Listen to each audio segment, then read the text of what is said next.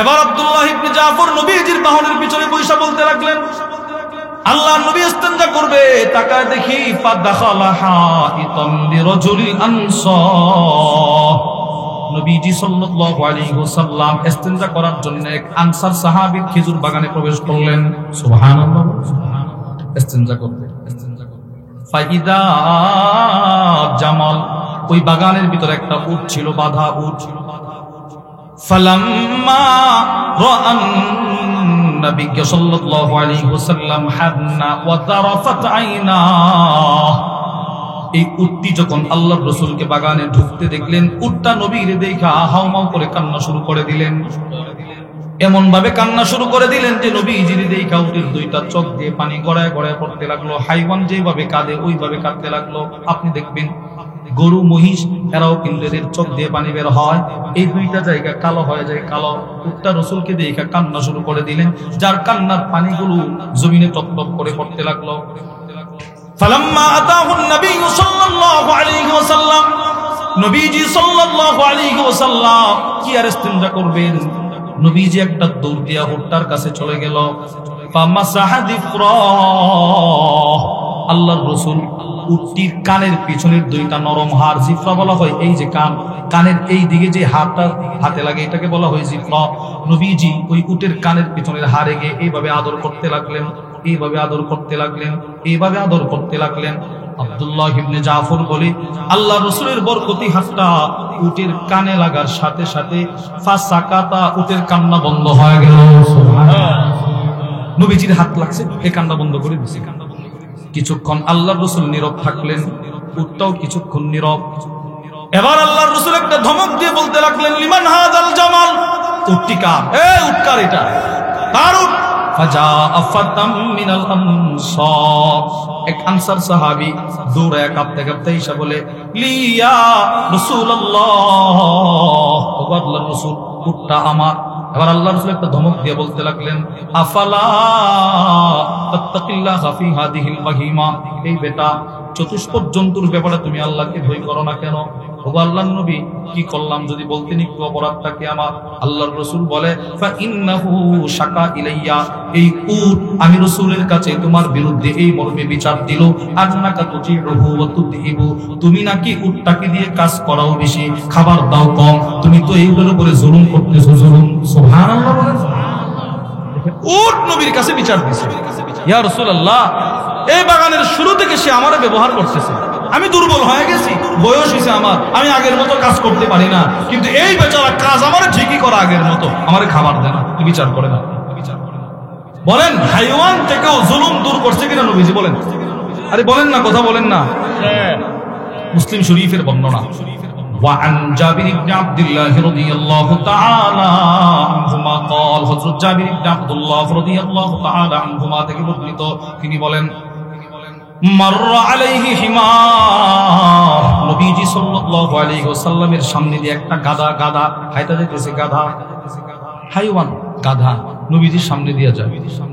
আল্লাহর রাসূল সাহাবাদেরকে নিয়ে বসা, তাকায় দেখে, ওয়াকাদ উসিমা ফি ওয়াজহি, এই গাধাটার চেহারার মধ্যে মালিক লোহা গরম করে দাগ দিছে, দাগ। নাউজুবিল্লাহ।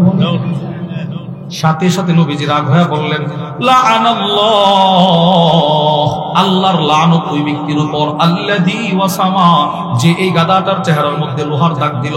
নাউজুবিল্লাহ বলেন।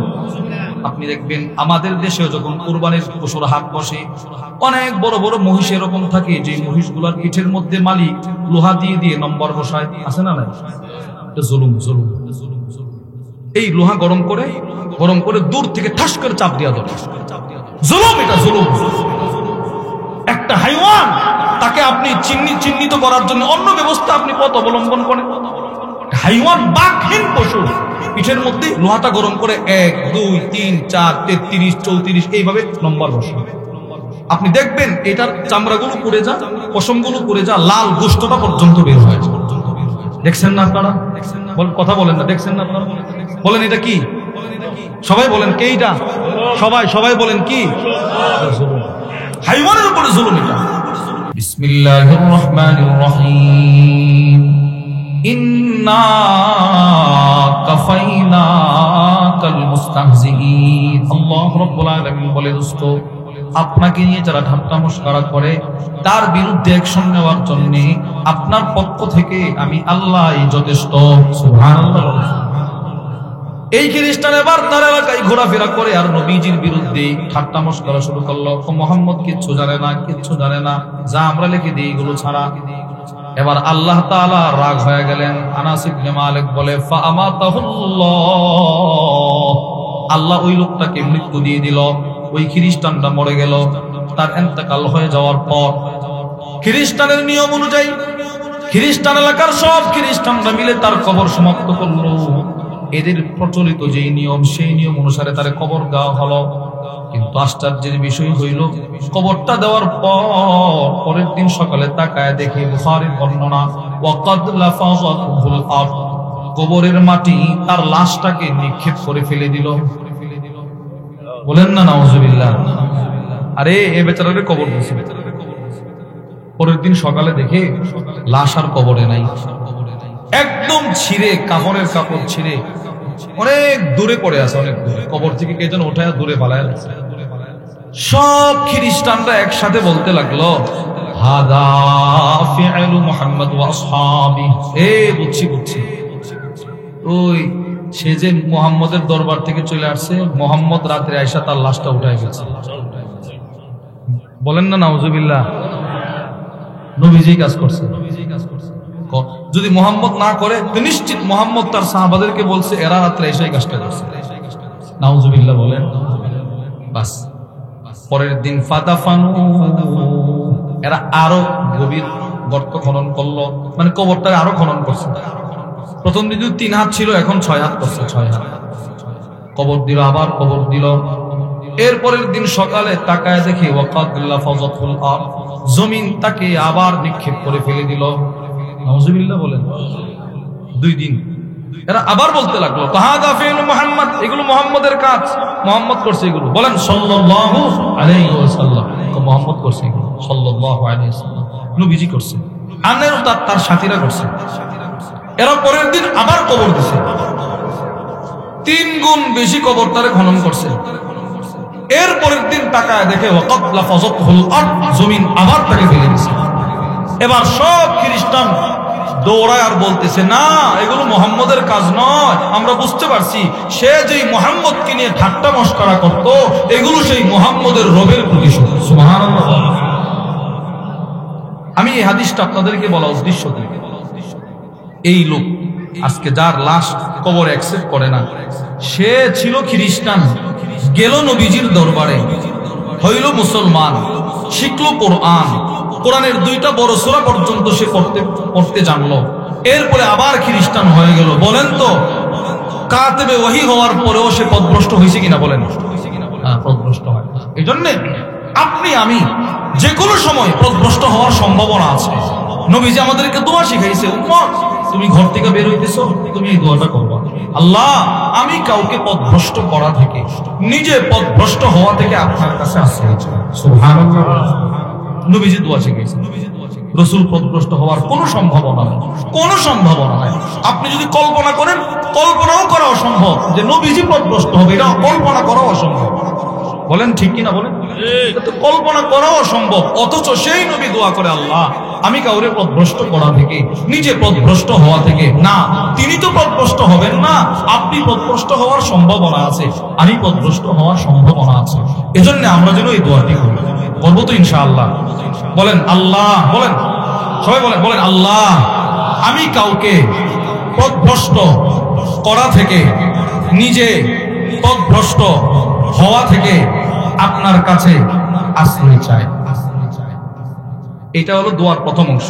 এখন নবীজি কি বলে দেখেন, আম্মাজান বলে, আল্লাহর রাসূলের প্রথম দোয়ার অংশ ছিল, আল্লাহ আমি কাউরে পথভ্রষ্ট করা থেকে, নিজে পথভ্রষ্ট হওয়া থেকে আপনার কাছে আশ্রয় চাই। এবার দ্বিতীয় অংশ, আল্লাহুম্মা ইন্নী আউযু বিকা মিন আন আযলিম আও উযলাম। আল্লাহ আমি মুহাম্মদ সাল্লাল্লাহু আলাইহি ওয়াসাল্লাম কারো উপরে জুলুম করা থেকে, নিজের উপরে কেউ জুলুম করা থেকে আপনার কাছে আশ্রয় চাই। সুবহানাল্লাহ। নবীজি দোয়া করে, নবীজি আল্লাহ আমি কাউরে জুলুম করা থেকে, কারো উপরে জুলুম, আমি নবী করা থেকে, আমার উপরে কেউ জুলুম করা থেকে আপনার কাছে আশ্রয় চাই। আপনি বলেন, নবীজি যেমন নবীর ক্ষেত্রে পথভ্রষ্ট হওয়ার কল্পনাও করা যায় না, ঠিক তেমনি ভাবে রাসূল কারো উপরে জুলুম করতে পারে এই কল্পনাও করা সম্ভব? নবীজি সব জুলুম দূর করছেন। নবীজি সুবহানাল্লাহ বলেন, নবীজি সব জুলুম কি করছে বলেন? দূর করছে। আমার নবী সব জুলুম দূর করলেন, আর এই নবী দোয়া করে, আল্লাহ আমি কারোর উপরে জুলুম। দ্বীনের এই মজমায় আসার বসার তৌফিক দান করেছেন, এজন্য আমরা সকলেই দিক থেকে শুকরগুজার হয়ে বলি আলহামদুলিল্লাহ। আপনাদের সামনে সূরাত ইউসুফের একখানা আয়াতে কারীমা আল্লাহ তাআলার দয়া, আল্লাহর অনুগ্রহে আমার তিলাওয়াত করার সৌভাগ্য হয়েছে, আপনাদেরও শ্রবণ করার সৌভাগ্য হয়েছে। এই আয়াতে কারীমাকে সামনে রেখে সংক্ষিপ্ত সময়ে কোরআন ও হাদিসের আলোকে গুরুত্বপূর্ণ একটি বিষয়ে কিছু কথা বলার আশা রাখি। ওমা তৌফিকি ইল্লা বিল্লাহ। আল্লাহ তাআলা বলনে ওয়ালা, শ্রবণ করনে ওয়ালা উভয়কে আমল ইখলাসের সাথে বলার, শ্রবণ করার তৌফিক দান করেন, আমিন। মেরে ভাই, আমার তিলাওয়াতকৃত আয়াতের তরজমা হলো, আল্লাহ রাব্বুল আলামিন বলেন, হাসরের ময়দানে একজন ঘোষণাকারী ঘোষণা করবেন,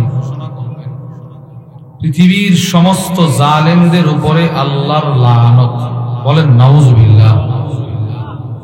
একজন ফেরেশতা ঘোষণা করে বলবে, দুনিয়াতে তোমরা যারা জালেম ছিলা, তোমাদের উপরে আল্লাহর লানত। জালেম, এই আয়াতে আল্লাহ রাব্বুল আলামিন জুলুমের ভয়াবহ পরিণতি সম্পর্কে আলোকপাত করেছেন।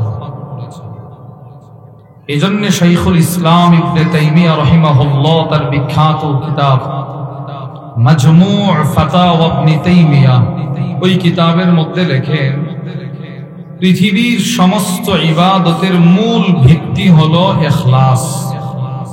আন্না জিমা আল হাসানাত আল আদল, নামাজের মূল ভিত্তি ইখলাস। রমাদানুল মুবারকের রোজার মূল ভিত্তি হলো ইখলাস। তারাবির নামাজের ভিত্তিও ইখলাস। দান সাদাকার ভিত্তিও ইখলাস। ওয়াজ করার ভিত্তিও ইখলাস। ওয়াজ করানোর ভিত্তিও ইখলাস। মাদ্রাসায় পড়ার ভিত্তিও ইখলাস। মাদ্রাসায় পড়ানোর ভিত্তিও ইখলাস। সমস্ত ইবাদতের মূল ভিত্তি ইখলাস। বলেন তো, সমস্ত ইবাদতের মূল ভিত্তি কি? বলেন, সবাই বলেন কি? ইখলাস। এর বিপরীত, আন্না জিমাআস সাইয়্যাত আয-যুলম, সমস্ত গুনাহের ভিত্তি হলো জুলুম। সমস্ত গুনাহের ভিত্তি হলো জুলুম। বলেন কি? জুলুম। জুলুম। এজন্য জুলুম সবচেয়ে নিকৃষ্ট ঘৃণিত অপরাধ। এই জুলুম যার ভেতরে থাকবে, এক নাম্বার, আল্লাহ তাকে হেদায়েত দিবে না। নাউজুবিল্লাহ বলেন। যারা জুলুম করবে এদেরকে আল্লাহ কি দিবে না ভাই? হেদায়েত দিবে না। কুরআনুল কারীমে আল্লাহ রাব্বুল আলামিন বলেন, বিসমিল্লাহির রহমানির রহিম, ইন্নাল্লাহা লা ইয়াহদিল কওমাজ যালিমিন। আল্লাহ রাব্বুল আলামিন নিশ্চয়ই তিনি জালেম সম্প্রদায় যারা, এদেরকে হেদায়েত দিবে না, এটা আল্লাহর ঘোষণা। এক নাম্বার, যারা জুলুম করবে এদেরকে আল্লাহ হেদায়েত দিবে না।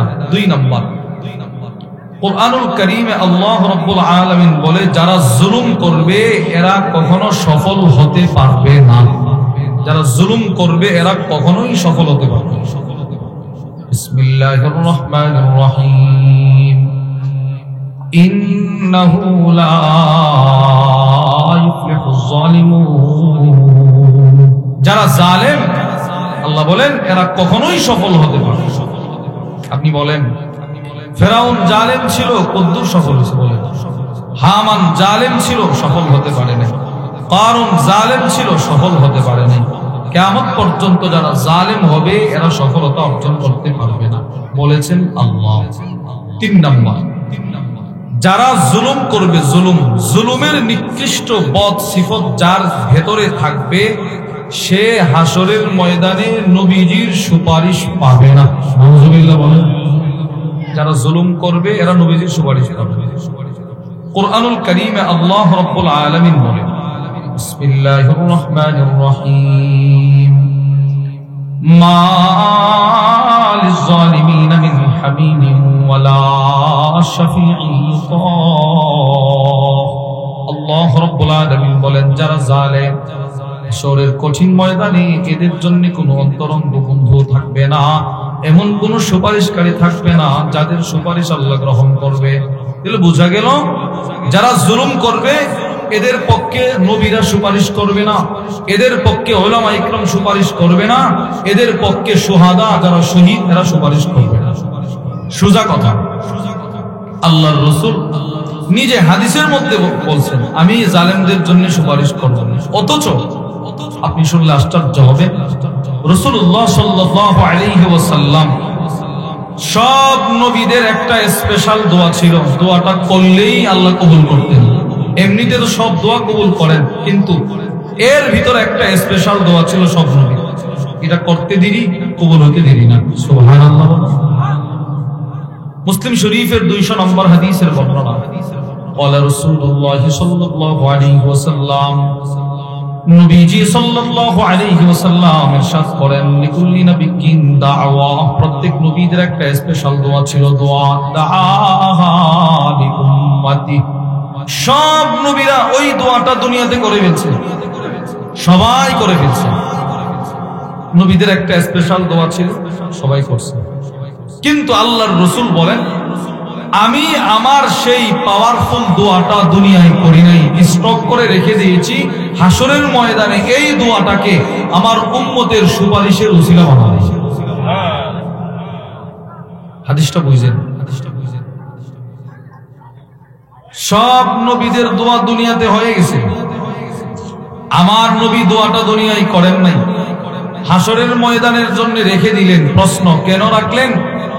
উম্মতের সুপারিশ করার জন্য। এবার দেখেন নবীজি কি বলেন। আল্লামা জালালউদ্দিন সুয়ুতি রাহিমাহুল্লাহর বিখ্যাত হাদিসের কিতাব আল জামিউস সগীর মিন আহাদিসিল বাশীর ওয়ান নাযীর, ওই কিতাবের মধ্যে হাদিস নিয়ে আসছে, ওয়া আন আবি উমামাহ আল বাহিরি রাদিয়াল্লাহু তাআলা আনহু ক্বাল, হযরত আবু উমামা আল বাহিরি রাদিয়াল্লাহু তাআলা আনহু থেকে বর্ণিত, তিনি বলেন, قال النبي صلى الله عليه وسلم, নবীজি সাল্লাল্লাহু আলাইহি ওয়াসাল্লাম ইরশাদ করে, সিনফান মিন উম্মতি, আল্লাহর রাসূল বলেন, আমার উম্মতের দুই ধরনের মানুষ এমন আছে, দুই শ্রেণীর মানুষ যারা কখনো আমি নবীজির সুপারিশ পাবে না। নাউজুবিল্লাহ বলেন। নবীজি কিন্তু সুপারিশটা স্টক করে রেখে দিয়েছেন, উম্মতরে করবে, দোয়াটা পর্যন্ত করে নাই দুনিয়াতে। আর ওই রাসূল বলতেছেন, আমার উম্মতের দুই শ্রেণীর মানুষ এমন আছে যারা আমি রাসূলের সুপারিশ পাবে না। এক নাম্বার, নবীজি বলেন, ইমামুন যালুম, জালেম সর্দার, জালেম নেতা, জালেম চেয়ারম্যান, জালেম মেম্বার, জালেম অভিভাবক, জালেম এমপি মন্ত্রী, যারা জালেম হবে আমি রাসূল বলে দিলাম, সে আমি নবীজির সুপারিশ হাসরে পাবে না। আপনি বলেন, নবীজির সুপারিশ ছাড়া আমরা জান্নাতে যাওয়া সম্ভব? বলেন সম্ভব না। আল্লাহর রাসূল বলেন, জালেম যে সে আমি নবীজির সুপারিশ পাবে। তাহলে তিনটা কথা বললাম। এক নাম্বার, যারা জুলুম করে এদেরকে আল্লাহ হেদায়েত দিবে না। দুই নাম্বার, যারা জুলুম করবে এরা কখনো সফল হতে পারবে না। তিন নাম্বার, যারা জুলুম করবে এরা নবীজির সুপারিশ পাবে না। চার নাম্বার, যারা জুলুম করবে হাসরের ময়দানে আল্লাহ বলবে, তোমার উপরে আমি আল্লাহর লানত। নাউজুবিল্লাহ বলেন। সূরা ইউসুফের মধ্যে আল্লাহ বলেন, বিসমিল্লাহির রহমানির রহিম, ফাআযানা মুআদ্দিনুম বাইনাহুম আল্লা'নাতুল্লাহি আলাল যালিমিন। আল্লাহ রাব্বুল আলামিন বলেন, হাসরের কঠিন ময়দানে একজন ফেরেশতা ঘোষণা করবেন, পৃথিবীর সমস্ত জালেমদের উপরে আল্লাহর লানত। বলেন তো জালেমদের উপরে কার লানত? আল্লাহ। সোজা কথা। 5 নাম্বার, জুলুম যারা করবে দুনিয়াও তার বরবাদ, আখিরাতও তার বরবাদ। এটা 5 নাম্বার। সূরাতুল হজ্জের মধ্যে আল্লাহ বলেন, বিসমিল্লাহির রহমানির রহিম ফাকাআইয়িন মিন ক্বরিয়াতিন আহলাকনাহা। আল্লাহ রাব্বুল আলামিন বলেন, অনেক সম্প্রদায়কে আমি আল্লাহ ধ্বংস করে দিলাম, অনেক জাতি গোষ্ঠীকে আমি আল্লাহ ধ্বংস করলাম। আমি আল্লাহকে প্রশ্ন করলাম, আল্লাহ কেন আপনি ধ্বংস করলেন? আল্লাহ জবাব দেয়, ওয়াহিয়া যালিমা, ওই সম্প্রদায়ের পুরুষগুলো ছিল জালেম, মহিলাগুলো ছিল জালেমা, এই জন্য আমি এদেরকে ধ্বংস করে দিলাম। বলেন নাউজুবিল্লাহ। পাঁচটা কথা বললাম। এবার এই কথাগুলো কেন বলতেছি? জুলুম যে কত নিকৃষ্ট অপরাধ এটা আপনাদেরকে বোঝানোর জন্য। 6 নাম্বার, আপনারা একটা প্রশ্নের উত্তর দেন। রাসূলুল্লাহ সাল্লাল্লাহু আলাইহি ওয়াসাল্লাম, আপনার নবী, আমার নবী কারো উপরে জুলুম করতে পারে, এই কল্পনাও কি আমরা করতে পারি? না করা সম্ভব? নবীজি কারো উপরে জুলুম করতে পারে? বলেন আপনারা, করতে পারে? এবার দেখেন, আবু দাউদ শরীফের বর্ণনা আমাদের আম্মাজান উম্মে সালামা রাদিয়াল্লাহু তাআলা আনহা থেকে বর্ণিত। ওয়া আন উম্মি সালামা রাদিয়াল্লাহু তাআলা আনহা قالت, আম্মাজান উম্মে সালামা রাদিয়াল্লাহু তাআলা আনহা থেকে বর্ণিত, তিনি বলেন, মা খারাজান নবী সাল্লাল্লাহু আলাইহি ওয়াসাল্লাম মিন বাইতি ইল্লা রাফা'a তারফাহু ইলা সামা। আম্মাজান বলেন, আল্লাহর রাসূল যখনই আমার ঘর থেকে বের হইতেন, নবীজি যখনই আমাদের ঘর থেকে বের হইতেন, আল্লাহর রাসূল নিজের বিবিদের ঘর থেকে বের হওয়ার পর দরজায় দাঁড়ায়া নিজের দুইটা চোখ মোবারক আকাশের দিকে উঠায়া আল্লাহর কাছে একটা দোয়া করতেন, আল্লাহুম্মা ইন্নী আউযু বিকা মিন আন আদিল্লা আও উদাল। আল্লাহ, আমি রাসূল কাউকে পথভ্রষ্ট করা থেকে, নিজে পথভ্রষ্ট হওয়া থেকে আপনার কাছে আশ্রয় চাই। সুবহানাল্লাহ বলেন। আপনি বলেন, নবীজি দোয়াটা করে কি দেখেন। আল্লাহ এইভাবে আকাশের দিকে তাকাইতেন, তাকায় বলতেন, আল্লাহ আমি কাউকে পথভ্রষ্ট করা থেকে, নিজে পথভ্রষ্ট হওয়া থেকে। আপনি বলেন, আল্লাহর রাসূল জীবনে কাউরে পথভ্রষ্ট করছে? আরে বলে না, কথা বলে না। নবীজি কাউরে পথভ্রষ্ট করা সম্ভব? বরঞ্চ পৃথিবীর সমস্ত পথভ্রষ্টদেরকে সঠিক পথের দিশা দিয়েছেন আমার নবী। সুবহানাল্লাহ। নবীজি সব মানুষকে সঠিক পথের দিশা দিয়েছেন। আর এই রাসূল দোয়া করে, আল্লাহ আমি কাউকে পথভ্রষ্ট করা থেকে, নিজে পথভ্রষ্ট হওয়া থেকে আপনার কাছে আশ্রয় চাই। বিষয়টা কোথায়? নবীজি এই দোয়া করেন। রাসূল তো পথভ্রষ্ট হওয়ার কোনো সম্ভাবনা নাই, কিন্তু আল্লাহর রাসূল এর পরেও প্রতিদিন নিজের বিবির ঘর থেকে বের হয়ে এই দোয়াটা কেন পড়তেন? উম্মত, আমি তো পথভ্রষ্ট হতে হব না, আল্লাহ আমাকে হেফাজত করেছেন, করবেন। তুমি কিন্তু পথভ্রষ্ট হওয়ার সম্ভাবনা আছে, তুমি সব সময় এই দোয়াটা বলবে। সুবহানাল্লাহ। বলেন তো, আমি আপনি পথভ্রষ্ট হওয়ার সম্ভাবনা আছে না নাই? বিখ্যাত একজন আলেম আছে, আল্লামা মুহাম্মদ আলী ইবনে মুস্তাফা আত-তানতাবি রাহিমাহুল্লাহ। ওনার একটা কিতাব আছে, ফাতাওয়া আলী আত-তানতাবি। ওনার কিতাবের মধ্যে আছে, মানুষ যে কোনো সময় পথভ্রষ্ট হওয়ার সম্ভাবনা থাকে। তিনি লেখেন যে মিশরের একজন বড় মুয়াজ্জিন ছিল, মুয়াজ্জিন। তার কণ্ঠের আজান বড় সুন্দর ছিল। সে যখন আজান দিত, খ্রিস্টান সম্প্রদায়ের মানুষ তার কণ্ঠের এতটাই পাগল ছিল, এর আজান শোনার জন্য মসজিদের মিনারার চতুর্পাশে এসে দাঁড়ায় থাকত। কণ্ঠ এত চমৎকার ছিল। আগের জামানার আজান কিন্তু মাইক দিয়ে দেওয়া হতো না, মিনারের উপরে উঠতো, এটা খালি গলায় আজান দিত কণ্ঠে। ইনি একদিন আজান দিতেছেন, এই আজানের অবস্থায় হালতে মিনারা থেকে এক খ্রিস্টান সুন্দরী মেয়ের দিকে তার দৃষ্টি গেল। যাওয়ার পর এই বেচারা এই মহিলার দিকে মাইল হয়ে গেছে, আকৃষ্ট হয়ে গেছে। এই মেয়ের কাছে গেছে, বাড়িতে গেছে, কি দরজায় টোকা দিল। টোকা দেওয়ার পর মহিলা দরজা খুলছে।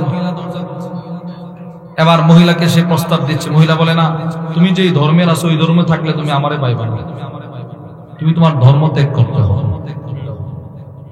সে মুয়াজ্জিন ছিল, তার আজান সকলের কাছে প্রিয় ছিল। এই এক খ্রিস্টান মহিলার জন্য নিজের ধর্ম সে ছেড়ে দিয়েছে।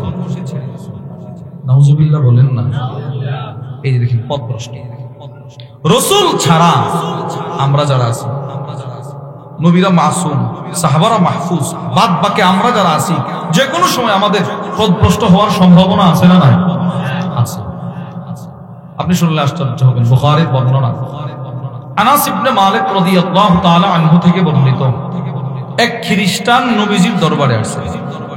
ওয়া আন আনাস ইবনে মালিক রাদিয়াল্লাহু তাআলা আনহু قال আনাস ইবনে মালিক রাদিয়াল্লাহু তাআলা আনহু থেকে বর্ণিত, তিনি বলেন, আন্না রাজুলান নাসরানিয়া, এক খ্রিস্টান লোক নবীজির দরবারে আসলো। আতান নবী সাল্লাল্লাহু আলাইহি ওয়াসাল্লাম, খ্রিস্টান আসলো নবীজির দরবারে, এসে ফা আসলামা, নবীজির হাতে হাত রাখা খ্রিস্টানরা কালেমা পড়ে মুসলমান হয়ে গেল। সুবহানাল্লাহ। বলেন তো হাদিসটা বুঝে থাকলে, যেই লোকটা এসে কালেমা পড়ছে সে কি ছিল? খ্রিস্টান ছিল। দেখেন এই খ্রিস্টান বেচারা নবীজির দরবারে আইসা কালেমা পড়ে, নবীর দরবার আর ছাড়ে না, নবীজির সহবতে থাকতেছে। রাসূলের সহবতের বরকতে ফাকারা সূরাতুল বাকারা ওয়া আলা ইমরান, এই বেচারা নবীজির দরবারে রাসূলের সহবতে থাকতে থাকতে আল্লাহর কোরআন তেলাওয়াত শিখে ফেলল। সুবহানাল্লাহ। এবার সে কোরআন পড়তে জানে, কোরআন পড়তে জানে, কোরআন পড়তে জানে। আনাস ইবনে মালিক বলেন, এই লোকটা শুধুই মাত্র কোরআন তেলাওয়াত শিখে না, এই লোকটা আল্লাহর কোরআনের সবচেয়ে বড় দুইটা সূরা, সূরাতুল বাকারা, সূরা আলে ইমরান, উভয়টা সূরা তিলাওয়াত করতে শিখে ফেললো, এমনকি মুখস্থ করে ফেললো। সুবহানাল্লাহ। হাদিসটা বুঝে থাকলে বলেন, যে লোকটা এখন দুইটা সূরা মুখস্থ জানে, সে কি আগে মুসলমান ছিল না খ্রিস্টান? খ্রিস্টান। রাত দিন, সকাল বিকাল, সন্ধ্যা সকাল সন্ধ্যা রাসূলের সহবত তাকে এতটাই ভালো বানায় দিল, নবীজির এতটাই বিশ্বস্ততা সে অর্জন করে ফেলল। আনাস ইবনে মালিক বলে, ফাকাদা ইয়াকুবুল নবী সাল্লাল্লাহু আলাইহি ওয়াসাল্লাম, নবীজি তার ডাইকা নিয়া ওহী লেখার দায়িত্বটা পর্যন্ত দিয়ে দিলেন। সুবহানাল্লাহ। আরে নবীর উপরে যে ওহী আসতো, ওহী জিবরিল নিয়ে আসতো, এগুলো সাহাবারা লিখতেন, সূরা, আয়াত, শব্দ সাহাবারা লিখতেন। যে সব সাহাবারা লিখতেন না, যে কয়জন সাহাবী নবীজির ওহী লেখক ছিলেন, এদের একজন বানায় দিয়েছেন এই খ্রিস্টান লোককে, যে আগে খ্রিস্টান ছিল এখন মুসলমান হয়ে কোরআন শরীফ মুখস্থ করে। তারে নবীজি বলছে, যাও তুমি আজকে থেকে আমার ওহী লেখবা। আপনি বলেন, রাসূলের উপরে যে ওহী আসা শুরু হইল, ওই ওহীটা যিনি লিখলেন তার দামটা কেমন? সুবহানাল্লাহ বলে না।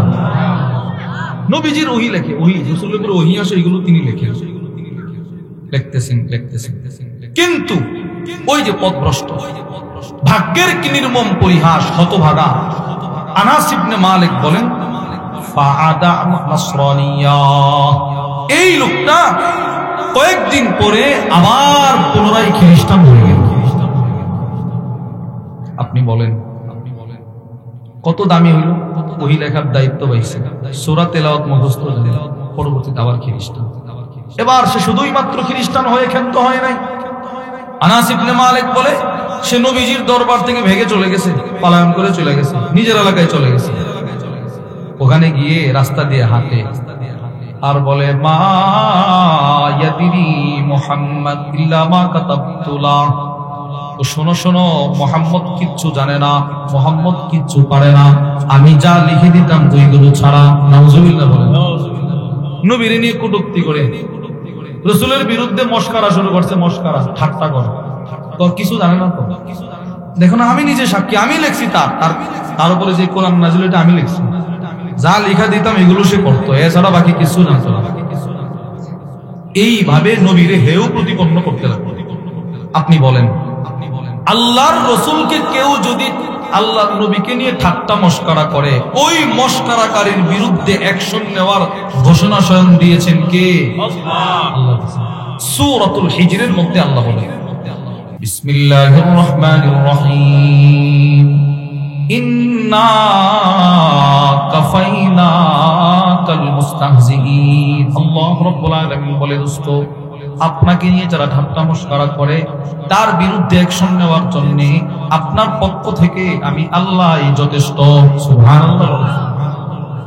এই খ্রিস্টান এবার তার এলাকায় ঘোরাফেরা করে আর নবীজির বিরুদ্ধে ঠাট্টা মশকরা শুরু করলো, মুহাম্মদ কিচ্ছু জানে না, কিচ্ছু জানে না, যা আমরা লিখে দিই এগুলো ছাড়া। এবার আল্লাহ তাআলা রাগ হয়ে গেলেন। আনাস ইবনে মালিক বলে, ফাআমাতাহুল্লাহ, আল্লাহ ওই লোকটাকে মৃত্যু দিয়ে দিল, ওই খ্রিস্টানটা মরে গেল। তার ইন্তেকাল হয়ে যাওয়ার পর খ্রিস্টানের নিয়ম অনুযায়ী খ্রিস্টান এলাকার সব খ্রিস্টানরা মিলে তার কবর সমাপ্ত করলো। এদের প্রচলিত যেই নিয়ম সেই নিয়ম অনুসারে তার কবর দেওয়া হলো। কিন্তু আশ্চর্যের বিষয় হইল, কবরটা দেওয়ার পরের দিন সকালে তাকায় দেখে বুখারীর বর্ণনা, ওয়াকাদ লাফাযাতুল আরদ, কবরের মাটি তার লাশটাকে নিক্ষেপ করে ফেলে দিল। বলেন না নাউজুবিল্লাহ। আরে এ বেচারারে কবর দিয়েছে। পরের দিন সকালে দেখে লাশ আর কবরে নাই, একদম ছিঁড়ে, কাপড়ের কাপড় ছিঁড়ে অনেক দূরে পড়ে আছে, অনেক দূরে। কবর থেকে কে যেন উঠায় দূরে পালায় আছে। সব খ্রিস্টানরা একসাথে বলতে লাগলো, হাদা ফিআলু মুহাম্মদ ওয়া আসহাবি। বুঝছি ওই সে যে মুহাম্মদের দরবার থেকে চলে আসছে, মুহাম্মদ রাত্রে আয়েশা তার লাশটা উঠায় গেছে। বলেন না নাউজুবিল্লাহ। নবীজি কাজ করছে। যদি মুহাম্মদ না করে তো নিশ্চিত মুহাম্মদ তার সাহাবাদেরকে বলছে এরা রাত্রে এসে কাজটা করছে। নাউজুবিল্লাহ বলেন। বাস পরের দিন ফাদাফানু, এরা আরো গভীর গর্ত খনন করলো, মানে কবরটা আরো খনন করছে। প্রথম দিন 3 হাত ছিল, এখন 6 হাত করছে। 6 হাত কবর দিল, আবার কবর দিল। এরপরের দিন সকালে তাকায় দেখে ওয়াকাদ লাফাযাতুল আরদ, জমিন তাকে আবার নিক্ষেপ করে ফেলে দিল। নাউজুবিল্লাহ বলেন। 2 দিন এরা আবার বলতে লাগলো, হাদা ফিআলু মুহাম্মদ, এগুলো মুহাম্মদের কাজ, মুহাম্মদ করছে এগুলো। বলেন সাল্লাল্লাহু আলাইহি ওয়াসাল্লাম। মুহাম্মদ করছে এগুলো, সাল্লাল্লাহু আলাইহি ওয়াসাল্লাম, নবীজি করছে। আনের তার সাথীরা করছে। এরা পরের দিন আবার কবর দিছে, 3 গুণ বেশি কবর তারে খনন করছে। এর পরের দিন তাকায় দেখে ওয়াকাদ লাফাযাতুল আরদ, জমিন আবার তাকে ফেলে দিছে। এবার সব খ্রিস্টান দৌড়ায় আর বলতেছে, না এগুলো মুহাম্মদের কাজ নয়, আমরা বুঝতে পারছি সে যেই মুহাম্মদকে নিয়ে ঠাট্টা মশকরা করত, এগুলো সেই মুহাম্মদের রবের প্রতিশোধ। সুবহানাল্লাহ। আমি এই হাদিসটা আপনাদেরকে বলা উদ্দেশ্য কি, এই লোক আজকে যার লাশ কবর অ্যাকসেপ্ট করে না, সে ছিল খ্রিস্টান, গেল নবীজির দরবারে, হইল মুসলমান, শিখলো কোরআন, কোরআনের 2টা বড় সূরা পর্যন্ত সে পড়তে জানলো। এরপরে আবার খ্রিস্টান হয়ে গেল। বলেন তো কাতেবে ওহী হওয়ার পরেও সে পথভ্রষ্ট হয়েছে কিনা? বলেন পথভ্রষ্ট হয়। এই জন্য আপনি আমি যে কোনো সময় পথভ্রষ্ট হওয়ার সম্ভাবনা আছে। নবীজি আমাদেরকে দোয়া শিখাইছে, উম্মত তুমি ঘর থেকে বের হইতেছো, তুমি এই দোয়াটা করবা, আল্লাহ আমি কাউকে পথভ্রষ্ট করা থেকে, নিজে পথভ্রষ্ট হওয়া থেকে আপনার কাছে আশ্রয় চাই। সুবহানাল্লাহ। নবীজি দোয়া শিখাইছে। রাসূল পথভ্রষ্ট হওয়ার কোনো সম্ভাবনা নেই, কোনো সম্ভাবনা নাই। আপনি যদি কল্পনা করেন, কল্পনাও করা অসম্ভব যে নবীজি পথভ্রষ্ট হবে, এটা কল্পনা করাও অসম্ভব। বলেন ঠিক কিনা? বলেন কল্পনা করাও অসম্ভব। অথচ সেই নবী দোয়া করে, আল্লাহ আমি কাউরে পথভ্রষ্ট করা থেকে, নিজে পথভ্রষ্ট হওয়া থেকে। না, তিনি তো পথভ্রষ্ট হবেন না, আপনি পথভ্রষ্ট হওয়ার সম্ভাবনা আছে, আমি পথভ্রষ্ট হওয়ার সম্ভাবনা আছে। এজন্য আমরা যেন এই দোয়াটি করি। করবো তো ইনশাআল্লাহ? বলেন আল্লাহ, বলেন সবাই বলেন, বলেন আল্লাহ আমি কাউকে পথভ্রষ্ট করা থেকে, নিজে পথভ্রষ্ট হওয়া থেকে আপনার কাছে আশ্রয় চাই। এটা হলো দোয়ার প্রথম অংশ। এখন নবীজি কি বলে দেখেন, আম্মাজান বলে, আল্লাহর রাসূলের প্রথম দোয়ার অংশ ছিল, আল্লাহ আমি কাউরে পথভ্রষ্ট করা থেকে, নিজে পথভ্রষ্ট হওয়া থেকে আপনার কাছে আশ্রয় চাই। এবার দ্বিতীয় অংশ, আল্লাহুম্মা ইন্নী আউযু বিকা মিন আন আযলিম আও উযলাম। আল্লাহ আমি মুহাম্মদ সাল্লাল্লাহু আলাইহি ওয়াসাল্লাম কারো উপরে জুলুম করা থেকে, নিজের উপরে কেউ জুলুম করা থেকে আপনার কাছে আশ্রয় চাই। সুবহানাল্লাহ। নবীজি দোয়া করে, নবীজি আল্লাহ আমি কাউরে জুলুম করা থেকে, কারো উপরে জুলুম আমি নবী করা থেকে, আমার উপরে কেউ জুলুম করা থেকে আপনার কাছে আশ্রয় চাই। আপনি বলেন, নবীজি যেমন নবীর ক্ষেত্রে পথভ্রষ্ট হওয়ার কল্পনাও করা যায় না, ঠিক তেমনি ভাবে রাসূল কারো উপরে জুলুম করতে পারে, এই কল্পনাও করা সম্ভব? নবীজি সব জুলুম দূর করছেন। নবীজি সুবহানাল্লাহ বলেন। নবীজি সব জুলুম কি করছে বলেন? দূর করছে। আমার নবী সব জুলুম দূর করলেন। আর এই নবী দোয়া করে, আল্লাহ আমি কারোর উপরে জুলুম করা থেকে, পৃথিবীতে যত জুলুম ছিল, জুলুমের অন্ধকার দূর করলেন নবী। আল্লাহ কোরআনের মধ্যে বলে, ওয়ায়ুখরিজুহুম মিনাজ জুলুমাতি ইলান নূর, তিনি একমাত্র ব্যক্তি যিনি তোমাদেরকে জুলুমের অন্ধকার থেকে কালিমার আলোর দিকে নিয়ে গেছেন। সুবহানাল্লাহ। আল্লামা আবু আব্দুর রহমান আল ওয়াদিঈ রাহিমাহুল্লাহর বিখ্যাত হাদিসের কিতাব আস-সহিহুল মুসনাদ মিম্মা লাইসা ফিস সহিহাইনের মধ্যে হাদিস আছে, নবীজি কি পরিমাণ জুলুম দূর করলেন। وعن أم سلمة رضي الله تعالى عنها قالت أما زن أم سلمة থেকে বর্ণিত তিনি বলেন, لما نزلنا أرض الحبشة, আমরা যখন হাবশায় গেলাম, আম্মা জান বলেন সাহাবাদের প্রথম জামাত যখন হিজরত করে হাবশায় গেল, আবিসিনিয়ায়, আবিসিনিয়ার বাদশা নাজাশী আমাদেরকে ডাকাইলেন তার রাজপ্রাসাদে। গেলাম আমরা সবাই তার রাজপ্রাসাদে। فكان الذي كلمه جعفر بن أبي طالب, ওই দিন বাদশার সাথে যিনি কথা বলেছিলেন আমাদের সাহাবাদের পক্ষ থেকে একজন, তিনি হলেন জাফর ইবনে আবি তালেব। বাদশা জাফরকে প্রশ্ন করলো, এই জাফর, কোথা থেকে তোমরা আসলা? আমরা আরব থেকে আসছি। আচ্ছা, তোমাদের আরবের কি অবস্থা? ভালো না। কুন্না কওমান আহলা জাহিলিয়া, আমরা ছিলাম এক জাহিলি যুগের মানুষ, আমাদের যুগে শুধু জুলুম আর জুলুম, আমাদের এলাকায় শুধু জুলুম আর জুলুম। কোন দিক থেকে জুলুম? কবাদশাহ আবুদুল আসনাম, আমরা মূর্তি পূজা করতাম। ওয়ানাকতুল আরহাম, আত্মীয়তার বন্ধন ছিন্ন করে জুলুম করতাম। আল্লাহ তাআলার সাথে মানুষকে শরীক করে জুলুম করতাম। ওয়ানুসিউল জিওয়ার, প্রতিবেশীকে কষ্ট দিয়ে জুলুম করতাম। ওয়ায়াকুলুল কবিয়্যু মিন্নাদ দাঈফ, আমাদের মধ্যে যারা প্রভাবশালী তারা দুর্বলদের উপরে কষ্ট দিয়ে জুলুম করত। নাউজুবিল্লাহ বলেন। তাহলে আল্লাহর ক্ষেত্রেও জুলুম করতাম, আত্মীয়তার বন্ধনের ক্ষেত্রেও জুলুম, প্রতিবেশীর ক্ষেত্রেও জুলুম, অসহায়দের উপরে জুলুম। আচ্ছা, এখন কি অবস্থা?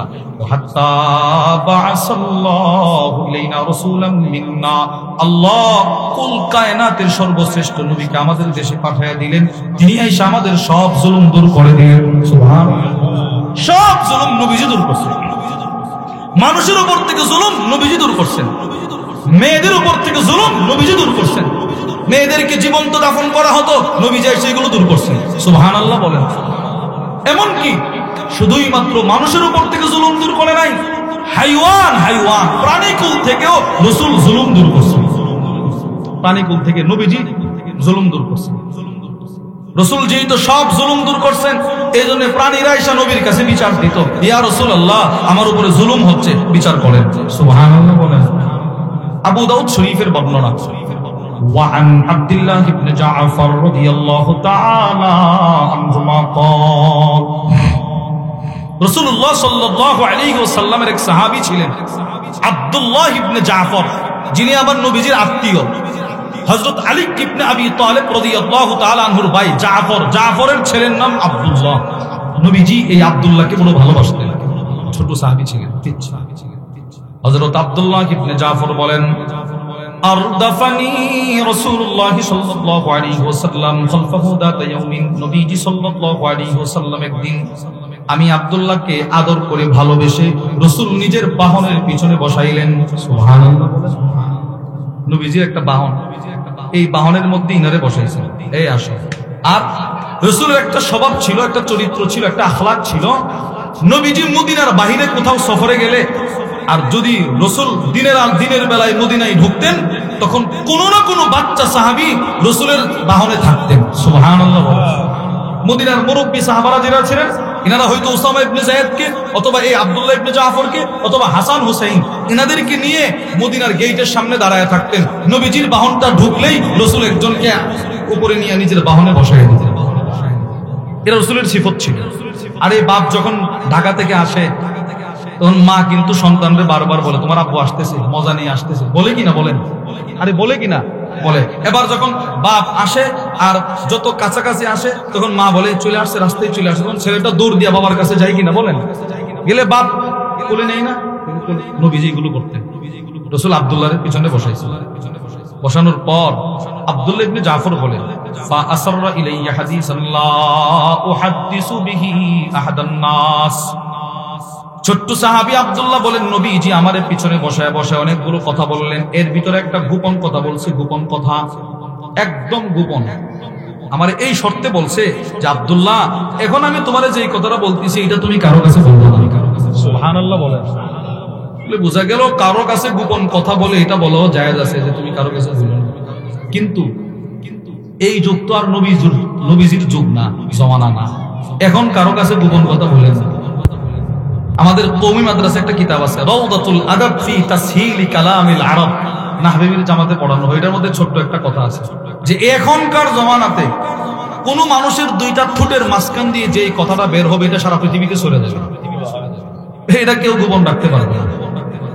এজন্য আল্লামা শেখ সাদি রহিমাহুল্লাহ ইনি বলেন, এই জমানাতে কেউ কারো কাছে গোপন কথা বইলা এটা যেন না বলে, তুই কারো কাছে বলিস না, যদি এটা বলে দেশে বলে দিবি। শেখ সাদি রহিমাহুল্লাহ সুন্দর একটা কথা বলছে, তো তুমি এই জমানাতে কারো কাছে গোপন কথা বইলা পরে এটা বললো না যে বাইরে কেউ কাছে কইস না, তোরে বলছি, এটা ওই কথাটা বলার দরকার নাই, এটা তুমি বলবা সেইটা বলে দিবে। এই জন্য আপনাদেরকে যেটা বুঝাইতে চাইলাম, রাসূলুল্লাহ সাল্লাল্লাহু আলাইহি সাল্লামের জমানায় সাহাবারা ছিল আমানতদার। নবীজি কোন একটা কথা বললে রাসূল যারে যেই দায়িত্ব দিতেন সেই দায়িত্ব তারা পালন করতেন। সুবহানাল্লাহ বলেন। আব্দুল্লাহ ইবনে জাফর বলেন, নবীজি সুওয়ারের উপরে বসে বসে আমার একটা গোপন কথা বলছেন, এই জন্য তিনি এই গোপন কথাটা এই হাদিসটা বর্ণনা করার সময়ও বলেন নাই, আমাদেরকে বলেন। এই জন্য আমিও আপনাদেরকে বলতে পারবো, فأسر إلي حديثا لا أحدث به أحد الناس। নবীজি সাল্লাল্লাহু আলাইহি ওয়াসাল্লাম আমি আব্দুল্লাহকে একটা গোপন কথা বলল, এই শর্তে লা উহাদ্দিসু বিহি আহাদান নাস, আমি যেন এই গোপন কথাটা অন্য কারো কাছে না বলি, এই একটা শর্ত দিছি। তিনি বলেন নাই। এবার আসেন মূল কথা। আব্দুল্লাহ ইবনে জাফর নবীজি সাল্লাল্লাহু আলাইহি ওয়াসাল্লামের একটা সিফত, একটা গুণ বর্ণনা করতেছেন। গুণটি কি? তিনি বলেন, وكان أحب ما استتر به رسول الله صلى الله عليه وسلم لحاجته هدفا أو حائش نخل। নবীজির একটা সিফত হলো, আল্লাহ রাসূল যখন কোন ইস্তেনজা করার ইচ্ছে পোষণ করতেন, ইস্তেনজা বুঝেননি, প্রস্রাব পায়খানা, আল্লাহর রাসূল যখন ইস্তেনজা করার ইচ্ছে পোষণ করতেন, আল্লাহর রাসূল ইস্তেনজা করার জন্য দুইটা জায়গা পছন্দ করতেন। এক নাম্বার উঁচু ভূমি, মনে করেন উঁচু জায়গা রাসূল পছন্দ করতেন। দুই নাম্বার, যদি উঁচু জায়গা না পাওয়া যায় এমন বাগান নবীজি পছন্দ করতেন, যে বাগানের চতুর্দিকে বেশি বেশি গাছ লাগানো থাকে, যেন বাহির থেকে ভিতরে না দেখা যায়, ভিতর থেকে বাহির না দেখা যায়। অর্থাৎ নবীজি গোপনীয়তা খুব পছন্দ করতেন, খুব শর্মিন্দা ছিলেন আপনার রাসূল, আমার রাসূল। আল্লাহর রাসূল খোলামেলা জায়গায় ইস্তেনজা করতেন। সুবহানাল্লাহ বলেন। আর আমাদের হায়া লজ্জা এতটাই লোপ পাইছে, এতটাই কমে গেছে, বাজারে মানুষ হাঁটতেছে রাস্তার পাশে প্রস্রাবের জন্য বসে যায়। আছে না নাই এরকম মানুষ? বলেন, এটা লজ্জার কমতি না। আপনার রাসূল, আল্লাহু আকবার, আবু দাউদ শরীফের 1, 2, 3 এই হাদিসগুলোর মধ্যে আছে, কানা রাসূলুল্লাহ সাল্লাল্লাহু আলাইহি ওয়াসাল্লাম ইযা আরাদাল বারাস ইনতালাকা হাত্তা লা ইয়ারাহু আহাদ। নবী যখন ইস্তেনজা করার ইচ্ছে পোষণ করতেন, নবীজি হাঁটতে থাকতেন, হাঁটতে এত দূরে যাইতেন যে মানুষগুলো নবীজির কাছে ছিল, এরা এক পর্যায়ে নবীরে হারায় ফেলতেন। কই গেছে রে, কোথায় গেছে রে, নবীরে দেখা যায় না। আপনি বলেন তো, আপনি একটু বললেন, আমরা সবাই এখানে বসা, মনে করেন চতুর্পাশে কোনো বাড়ি ঘর নাই, একদম দিনের আলো চকচক করতেছে, কোনো কুয়াশা নাই। আপনি বলেন এখান থেকে একটা লোক কতটুক দূরে হাইটা গেলে আপনি তারে দেখবেন না? আপনি বলেন খুব কাছাকাছি না অনেক দূরে? সবাই বলেন কাছাকাছি না অনেক দূরে? অনেক দূরে। নবীজি এত লজ্জাশীল ছিলেন, হাঁটতেই থাকতেন। নিজের মন মতো গোপন জায়গা রাসূল না পাইলে নবীজি ইস্তেনজা করতেন। এজন্য কখনো কখনো আল্লাহ তাআলা আল্লাহর রাসূলের ইস্তেনজার ব্যবস্থা নিজের কুদরত প্রকাশ করে দিতেন। আল্লামা শিহাবউদ্দিন আবুল ফদল আহমদ ইবনে আলী ইবনে মুহাম্মদ ইবনুল হাজার আল আসকালানি রাহিমাহুল্লাহর বিখ্যাত কিতাব আল মাতালিবুল আলিয়া বিজাওয়াইদিল মাসানিদিস সামানিয়া, ওই কিতাবের মধ্যে নিয়ে আসছে, জাবির ইবনে আব্দুল্লাহ বলেন, নবীজির সাথে মরুভূমিতে সফর করতেছি, লাইসা ফিহা আলামুন ওয়ালা শাজার, যেই মরুভূমিতে কোনো গাছ নাই, কোনো ছায়া নাই। আমি নবীর নিয়ে টেনশনে আছি, হায় রুদ্র তো রাসূলের শরীরে পড়বে, এখন কি করব? হঠাৎ করে জাবির বলে তাকায় দেখি এক ঝাঁক পাখি নবীজির মাথা মোবারকের উপরে ছায়া প্রদান করতেছে। হাঁটতেছি নবীর সাথে, আল্লাহর রাসূল অল্প কিছু দূর যাওয়ার পর বলতে লাগলেন, যাবের কি মশকের ভিতরে পানি নিয়ে আসো, আমি ইস্তেনজা করব। হযরত জাবির বলে, ইয়া রাসূলুল্লাহ, চতুর্দিকে তো মরুভূমি, কোথায় করবেন ইস্তেনজা? তো পানি নিয়ে আসুন। তিনি পানি নিয়ে আসছেন। ইনতালিক বিনা, আমার সাথে চলো। চলতেছে, কোথাও ইস্তেনজার কোনো ব্যবস্থা নাই। হঠাৎ করে হযরত জাবির ইবনে আব্দুল্লাহ বলেন, নবীজির সাথে চলতে চলতে অনেক দূরে তাকায় দেখি দুইটা গাছ দেখা যায়, দুইটা গাছের মাঝখানে অনেক ফাঁকা, এখানে একটা গাছ ওখানে একটা গাছ, মাঝখানে বিশাল ফাঁক, পার্থক্য।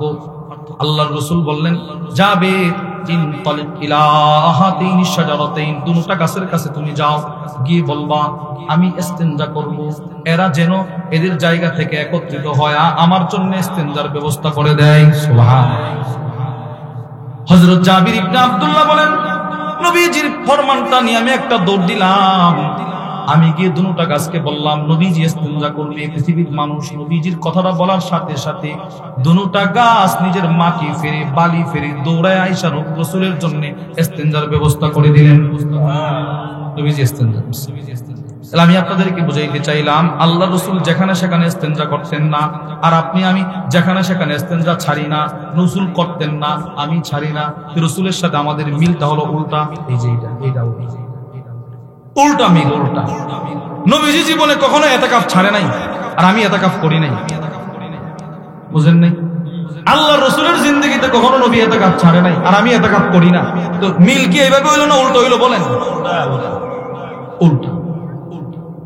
আল্লাহ রাসূল কখনো খালি জায়গায় মানুষের সামনে ইস্তেনজা করে নাই, আর আমি করি, উল্টা আমি করি।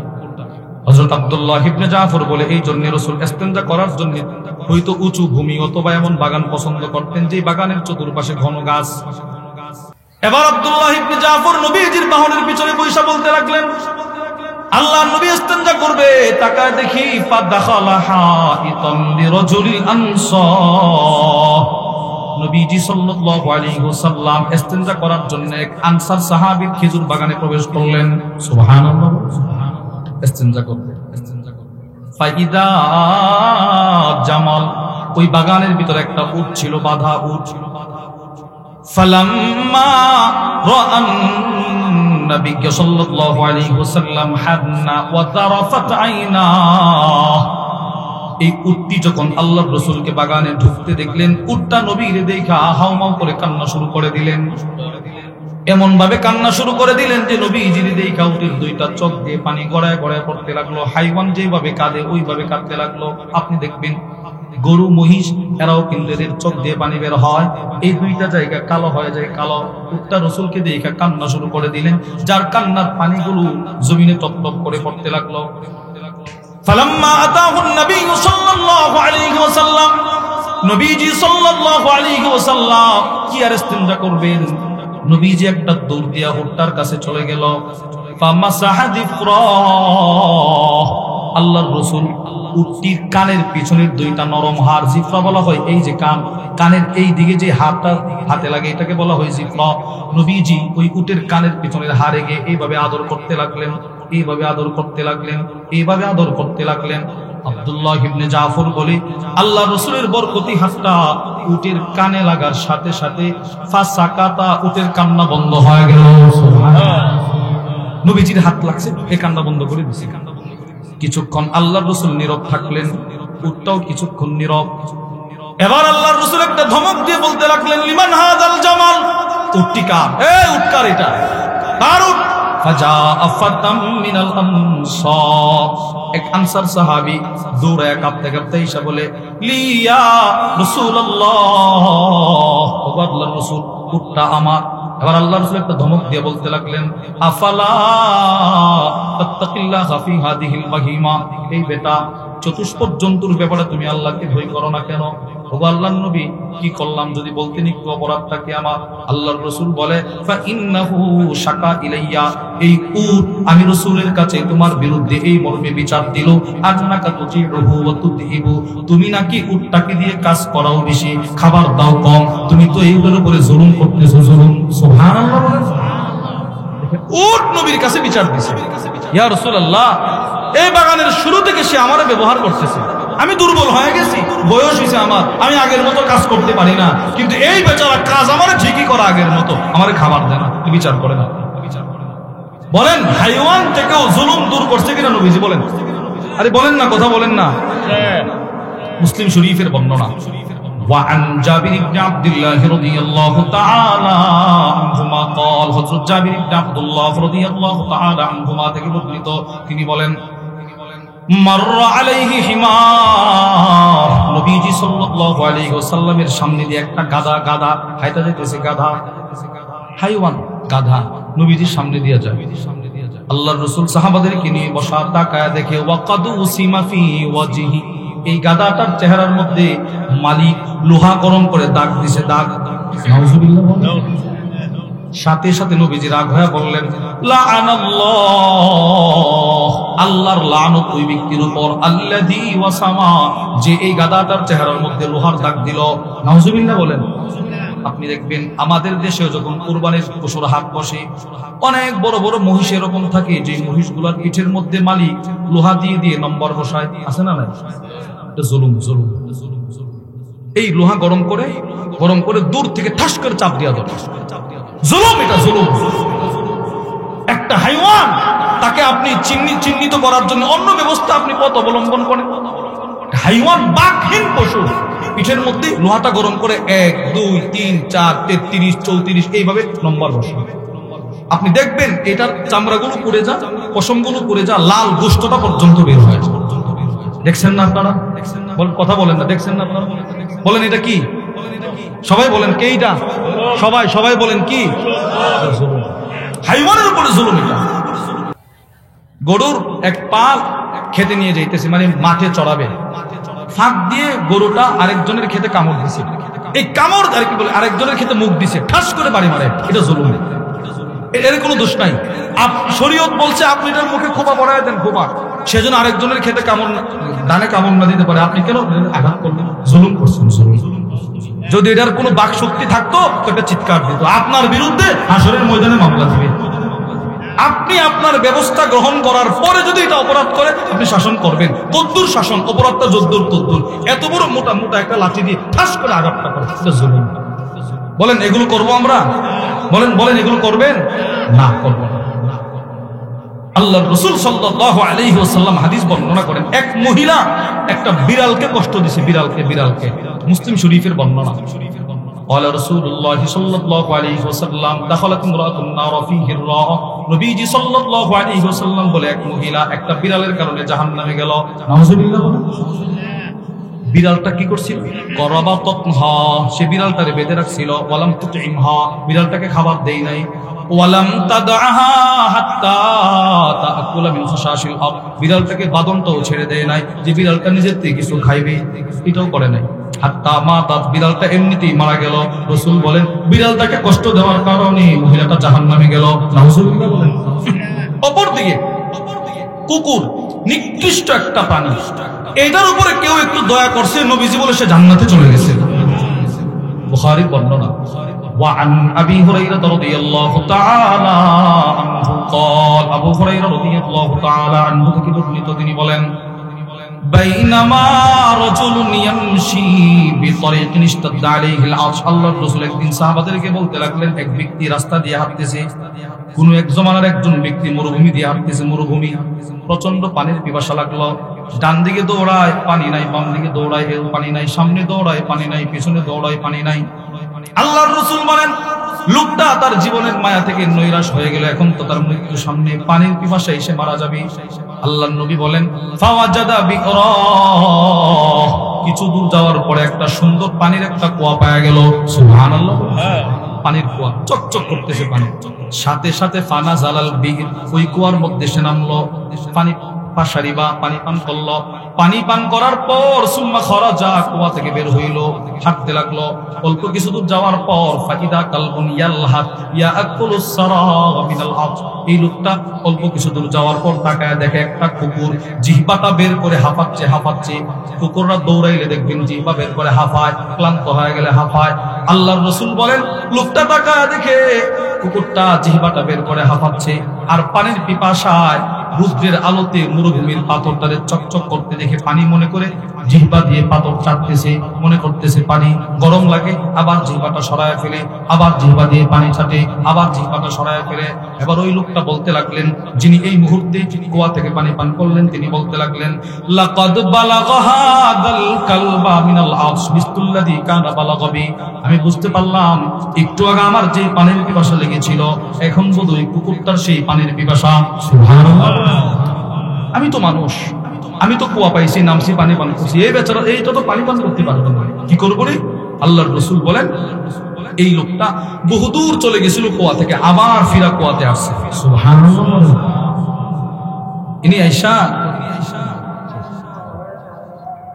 আয়েশা কুয়াতে নামলে কুয়া থেকে নিজের মোজা ভর্তি পানি নিয়ে কুকুরটারে পানি পান করেছে। রাসূল বলেন এই পানি পান করানোর বরকতে আল্লাহ তারে ক্ষমা করে জান্নাত দিয়েছে।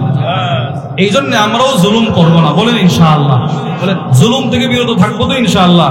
মানুষের উপরে জুলুম করব না, হাইওয়ানাতের উপরে জুলুম করব না। আল্লাহ রাব্বুল আলামিন আমাদের সকলকে জুলুমের মতো ঘৃণিত অপরাধ থেকে আমাকে আপনাকে সকলকে বেঁচে থাকার তৌফিক দান করুন। সুবহান রাব্বিকা রাব্বিল ইজ্জাতি আম্মা ইয়াসিফুন ওয়া সালামুন আলাল মুরসালিন ওয়ালহামদুলিল্লাহি রাব্বিল আলামিন।